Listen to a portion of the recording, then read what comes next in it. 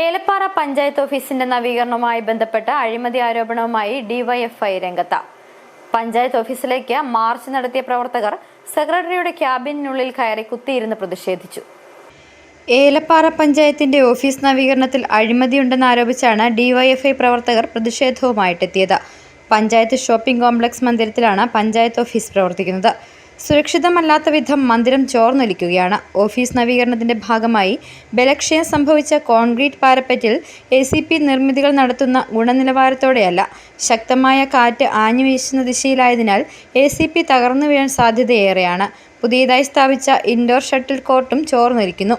ഇത്തരം വിഷയങ്ങൾ ചൂണ്ടിക്കാട്ടി നാട്ടുകാർ കഴിഞ്ഞ ദിവസം കെമാർട്ട് ആപ്പ് വഴി പഞ്ചായത്ത് സെക്രട്ടറിക്ക് പരാതി നൽകുകയും ചെയ്തിരുന്നു. പിന്നാലെയാണ് പ്രതിഷേധവുമായി രംഗത്തെത്തിയത്.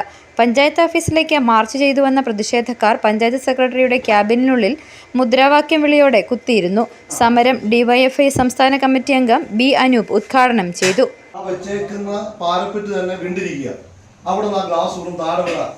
ആയിരക്കണക്കിന് മനുഷ്യന്മാരിൽ നടന്നുകൊണ്ടിരിക്കുന്നത് ഈ പഞ്ചായത്ത് ഉദ്യോഗസ്ഥരെല്ലാം കയറി വരുന്നതല്ലേ, അത് താഴേക്ക് വീണ ഒരു അപകടം ഉണ്ടായ എത്ര കെയർലെസ് ആയിട്ടാണ് നിർമ്മിച്ചേക്കുന്നത്. ഞങ്ങൾക്ക് ബോധ്യപ്പെടുന്ന കാര്യമല്ല.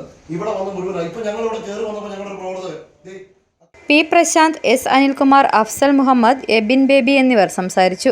പീരുമേട് പോലീസ് എത്തി പ്രതിഷേധക്കാരുമായി നടത്തിയ അനുരഞ്ജനത്തെ തുടർന്ന് ബുധനാഴ്ച ഉച്ചകഴിഞ്ഞ് 2 മണിക്ക് ഉന്നത ഉദ്യോഗസ്ഥരുമായി വിഷയം ചർച്ച ചെയ്യാമെന്ന് സെക്രട്ടറി ഉറപ്പ് നൽകിയതിനെ തുടർന്ന് സമരക്കാർ പിരിഞ്ഞുപോയി.